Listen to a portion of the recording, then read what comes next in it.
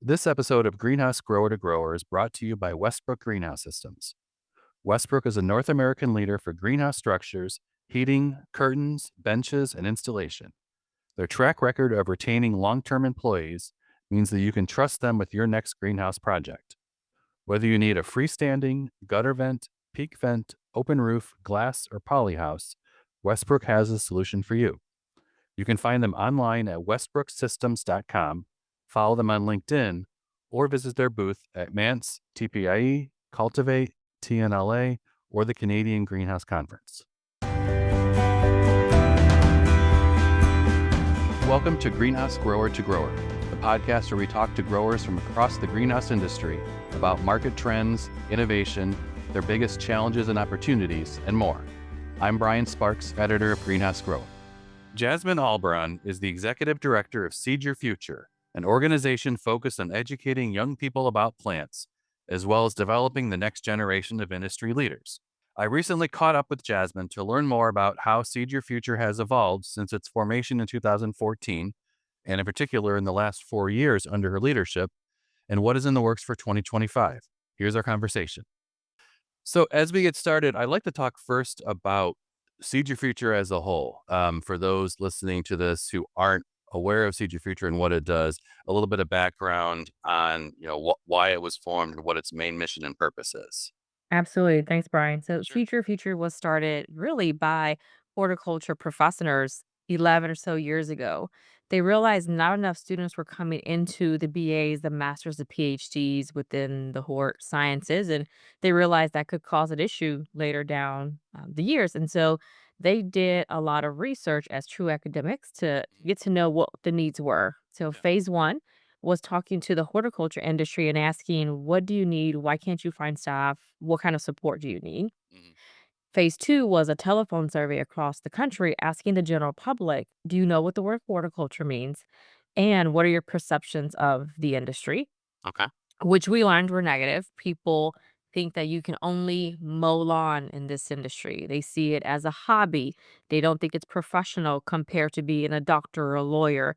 And Sure. they don't think that there's professional advancement or that you can make money in this industry. Mhm. And then phase three was talking to students and asking them similar, what do you know about horticulture, careers working with horticulture, and how do you want to learn about those careers? So all of those years of research then created Seed Your Future.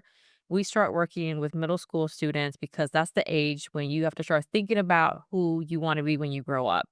Mhm. Elementary, you foster the passion for the outdoors, for nature, for gardening, and you can certainly start having some conversations, but in Yeah. middle school is when it really clicks. So our materials, our resources start at about that middle school age range, but then we also have resources for high school students, college students, early graduates, because you have to make sure that throughout that education time span, you have Yeah. resources to help students find their ways into careers here in the industry. And so that's how we got started. We got started by industry, with industry, and for industry. Okay. Okay. As you look at this, and I know, every year Seed Your Future has a lot of activities going on. Just to look back briefly at this past year, what are some of the proudest accomplishments you've seen Seed Your Future have in this past year? Well, the proudest one, I had, like you said, several, but the proudest one was the creation of Seed to STEM. Mhm.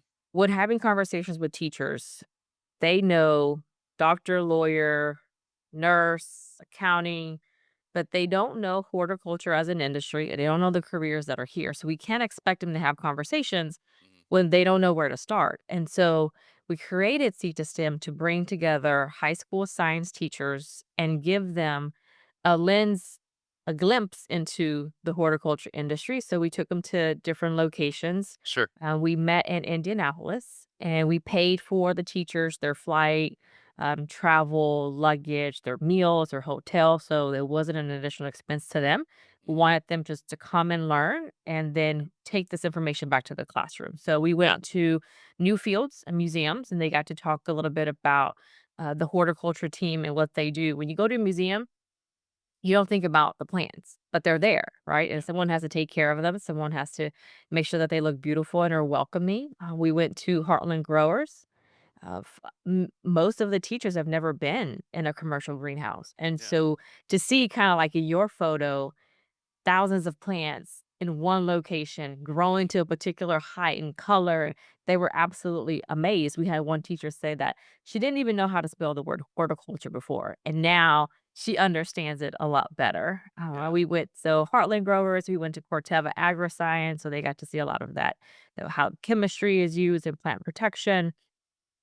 We went to Kennicott Brothers, where the teachers got to make a floral design that was later used in our uh, 10-year anniversary dinner that Yeah. night. And so they got to see what it feels like to be a florist, right? You're creating something unique and beautiful, and people get to enjoy that.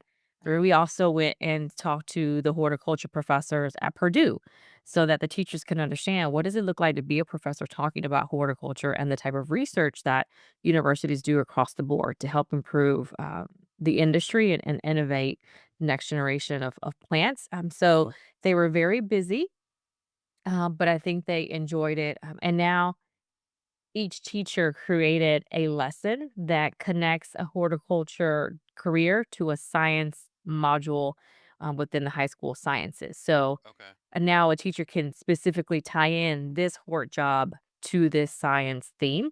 And every lesson was aligned to the next generation science standards with basically Mhm. um, what science teachers across the country have to follow in Yeah. order to have curriculum in the classroom.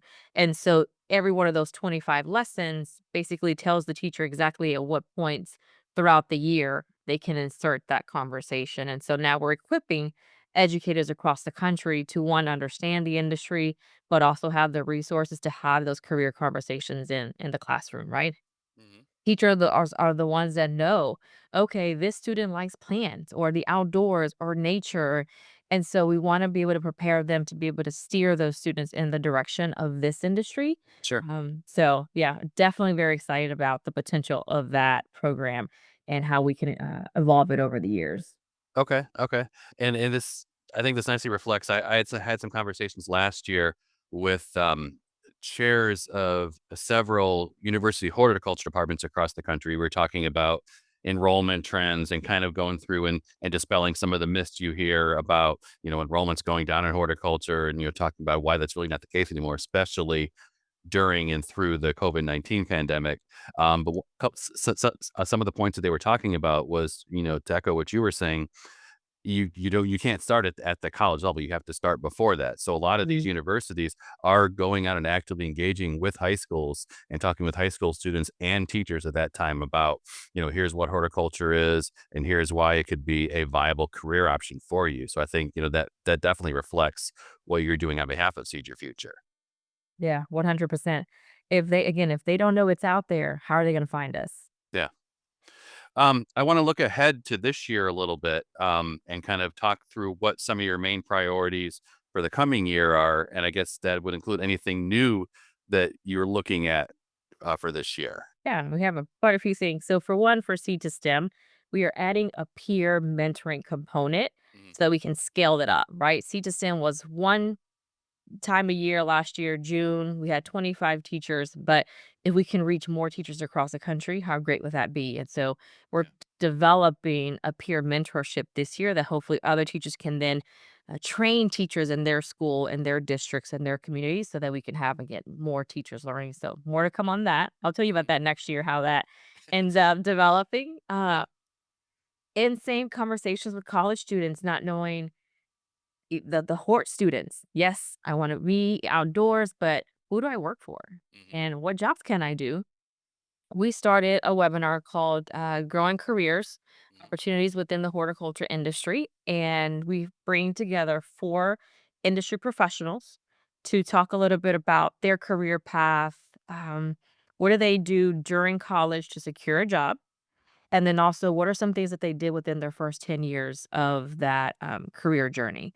And Okay. then we have a HR representative come on and talk a little bit about their company culture, how they hire, when they hire, and what are they looking for, in new hires. Sure. So really level setting, making sure that our students are becoming familiar with career paths, journeys, and making sure that they see people that are doing those jobs that they might want to get to at some point.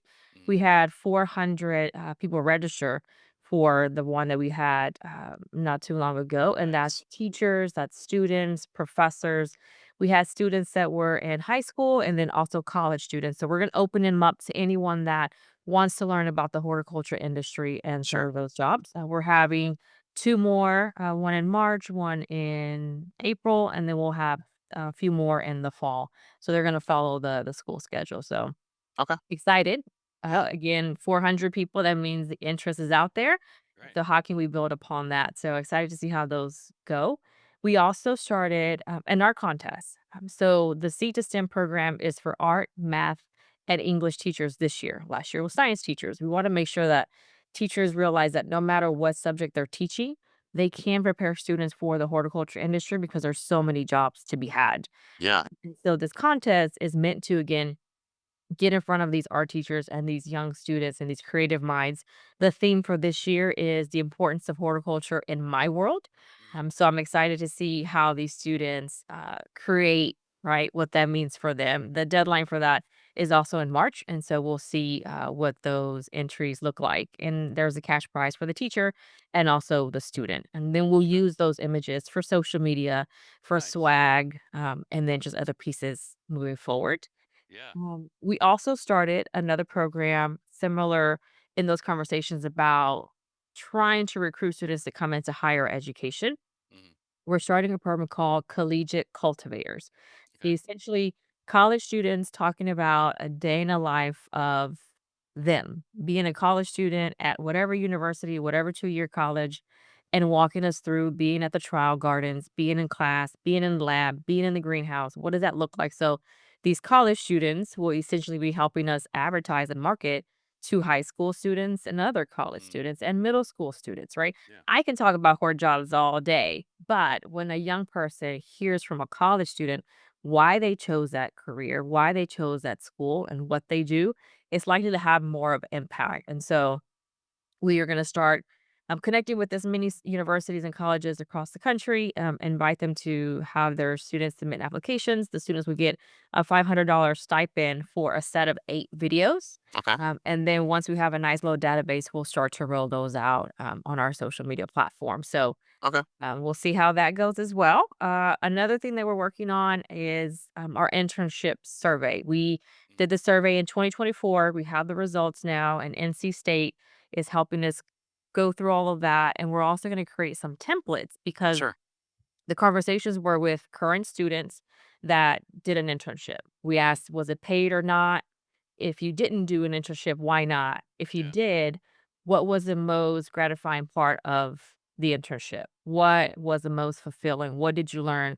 What do you wish you had? And then we'll create some templates for industry for those that don't have internships but want to start them.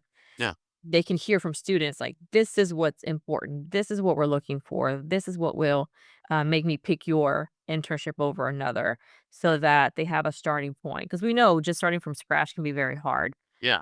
And so, any way we can help industry, we're wanting to do because we know those internships is a great way to essentially see how a student is going to do, whether you want to hire them or not, and creating an internal pipeline of future employees. So, in a couple of months, we should have all those templates on the website. And again, we'll disseminate to our contacts so that industry can use those materials. Okay. Similarly, the salary and benefit survey that is open now. I'm so encourage any and everyone to complete that so that we can gauge how industry's doing. We did the first one in 2022. This one's 24, 25. We left it open for a while and then we'll do it again in a couple years. The idea is that we hopefully are showing the upward trend of living wages and then also a variety of benefits that are Yeah. taking place. And lastly, but not least, fundraising, right? Mm. Seizure features a team of one. It's just me with a lot of wonderful consultants, board members, and volunteers. And we are going to be fundraising this year to hopefully hire a second staff person that can help with all of the programming because I'm doing Okay. marketing, I'm doing finance, I'm doing outreach, I'm doing all the things. And while I can do a lot, if I have someone else that can focus on all the programming, that opens me up for more speaking opportunities. And so, yeah, that's a little bit about what we got going on this year. Oh, I love it. That's a lot that's happening right now, and just to go back to the internship conversation for a second, I like how you're positioning it so it's not just how to build an internship program at a company, but it's also about how to it sounds like it's at least about how to get that next part of the process of turning that intern into a potential Yes. full-time employee and help them build a career path is really interesting. Absolutely. Yes. You don't want a student just to come and do an internship once and then leave and never come back. They'll come back for several reasons. Right. But if they enjoy the internship, if they learn, if they're challenged, if they feel like they're a part of the culture, if they got onboarded, if they got all those materials that make them feel like, oh, I want to come back here and I want to Yeah. stay. Oh, yeah, absolutely. You were talking about careers a lot there, and that's one of the things I kinda wanna jump into a little bit here. When I have conversations on this type of topic with anybody in the industry, I always refer to the Seed Your Future Careers page because 'cause I'm just amazed at how great that page is set up where, I mean, if you go to it, there's such a long list of careers in this industry that you would never think of, and probably half of which don't even involve working with or seeing a plant. It could be, working on the HR side of a company. It could be marketing. It could be social media. And I like too how the page also details here's all the education you need. Here's, testimonials from folks who have gone through this process. I mean, so with that page, are you guys looking to make any updates this year to that? So we not this year. The last update we did was that we connected job boards to it. So at Yeah. the bottom, you'll see job board aggregator. Okay. Similar conversation with college students saying, we don't know where to look for jobs outside of Indeed. And so we scoured our partners and grabbed about 51 different job boards where Yeah. students can then go and look for jobs. Mm, So that's been the latest update to that okay. section. We have 147 career profile Hmm. currently listed, Sure. and hopefully, in the next couple of years, maybe we can add a few more. But for now, it's diverse enough that Yeah. it's meeting the need for getting students. And we hear college professors tell us all the time, a parent trying to talk their student out of majoring in horticulture because of those perceptions we talked about earlier. Yeah. They'll pull up that career profile page and show the parents, look at all the jobs, Sure. look at all the salaries, and then they're like, "Oh, okay. There are careers to be had." Yeah. Yes. And then the parent will let the student major in horticulture. So, that page is being used by all kinds of people on a regular basis, which is great. Mm. Yeah. Oh, absolutely. So, and we know too that that there's the process of bringing somebody into the industry and hiring somebody. There's also the next step of retaining that employee and helping them settle into what they hope is a long term career, and that could be anything from growth within a company to expanding roles and being innovative. What are some of the things that Seed Your Future does to help address this part of the process? Absolutely. One of the things that why we also created those growing career webinars is do a little level setting. Mhm. We hear from students what they want in a job. We hear from industry what they're looking for in new hires, and they Yeah. don't always match up.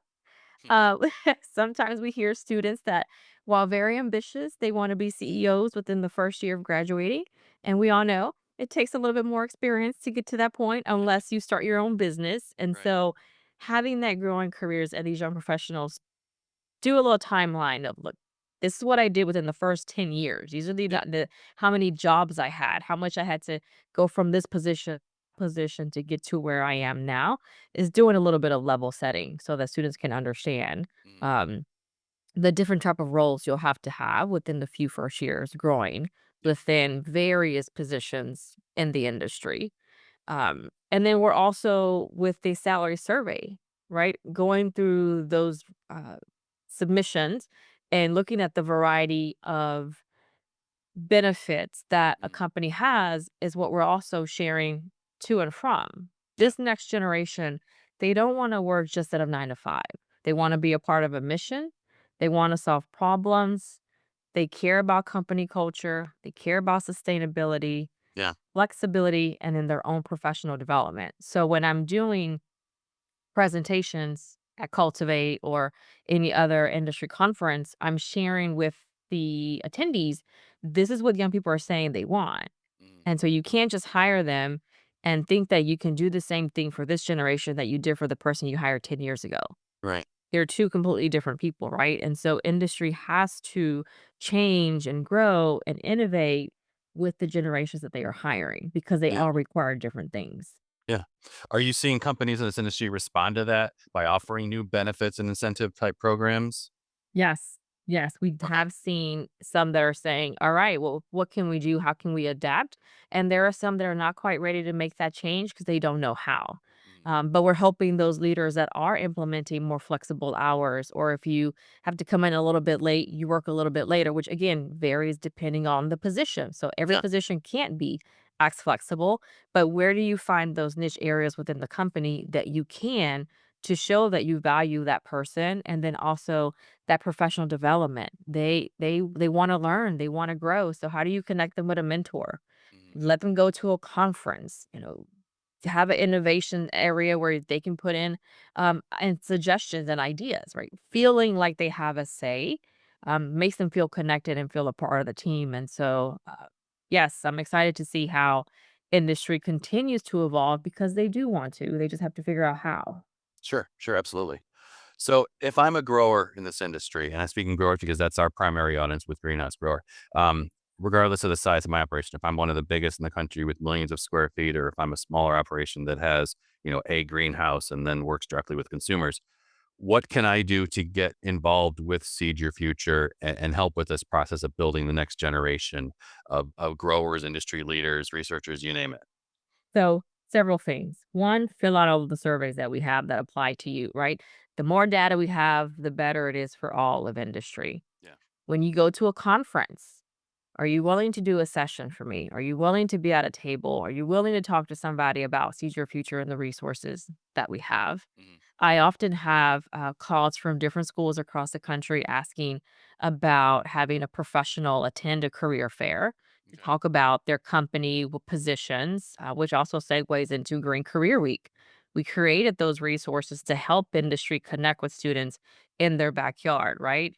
Um, a student can drive by a greenhouse, grower, nursery on a regular basis and see the plants, but that doesn't necessarily know they understand what are all those careers. And so by getting those students to the facilities for them to see and giving the tour of, okay, these are the jobs, growing the plants, marketing the plants, selling the plants, transporting the plants so that they can see as many jobs as possible, help those students think about this is an employer that I can be at during the summer, right after college, while I'm at college. I've had so many conversations, Brian, with people that said, you know, 20 years ago, I passed by that greenhouse all the time, never knew what they did, and now I'm working there. So Yeah. sometimes it's full circle, but not all the times, right? Right. And so the more students can understand who you are as a company and what positions you have, Yeah. the better for industry. Okay. We've talked to some growers who, when they're recruiting new employees, will, highlight the fact that, for example, if they're using biologicals. So they know that young people are interested in everything from sustainability to green, to the environmental benefits of plants. So some of these growers will actively will use it as a recruiting tool and say, hey, we're doing we're using biological controls. We're offering these benefits. Do you see that continuing to develop? Oh, absolutely. Okay. Yes, definitely. And even think of like the industry and landscape that it's, yes, you're just planting plants is what people think, but use the sustainability conversation of these plants are helping with native pollinators, Mhm. helping with soil erosion, flooding, etc. So yes, growers find that sustainability piece for your particular company and highlight that. It needs to be on your website. Yeah. It needs to be on your social media because guess what? This next generation, the first place they go to is your Instagram, your Mhm. LinkedIn. You have to have a presence in those locations because that's where these generations are that we're going to be needing to hire over the next 5, 10 years. Mhm. Okay. One of the last questions that I think I have is so, greenhouse growers focuses on the future of floriculture. You've got Seed Your Future. So I think there's really no better person to ask. On a personal level, what excites you the most about the future of this industry that you're in? Yeah. So, can I tell you that I have never been around so many people that love what they do, love one another, and love their plants. Yeah. And everyone I talk to, "Why have you been here 30 years? Why have you been here 20 years?" They all say the same thing, the people and the plants. Mm, Getting students into this industry is something that I look forward to because I know they are going to be fulfilled. I know they're going to love what they do for the rest of their life. I'm excited about what this generation that is retiring out can impasse into this next generation that is all about technology, sustainability, moving things faster along. Like, I'm just waiting to see what this next couple years of innovation is gonna look like when you combine those 2 wonderful minds to grow this industry. okay. And I guess the real last question is, what can somebody do to just learn more about Seed Your Future, to get involved? What steps can they take? So visit the website, seizeyourfuture.org. Give me a call, shoot me an email. My email is the letter J and then my last name, AL, B as a boy, ARRAN at seizeyourfuture.org. I'm happy always to connect, talk to someone, where they're located, what connections we have with schools, and different opportunities for them to share a little bit about who they are and get the horticulture industry in front of more students, parents, and teachers. Awesome. Well, it's been great to connect here. And to your point at the beginning of the conversation, I think that this should be an annual conversation where we look back and, a year from now and say, okay, what you prioritize in 2025, how did that go? And, continue to look ahead. So great having this conversation today. Thanks, Brian. Thanks for having me. And again, thank you for always getting Seed Your Future, our mission, and our resources in front of all of your listeners and followers. Thanks for joining us. You can learn more at greenhousegrower.com. Please subscribe to this podcast wherever you listen, and please leave us a rating as it helps other podcast listeners find the show.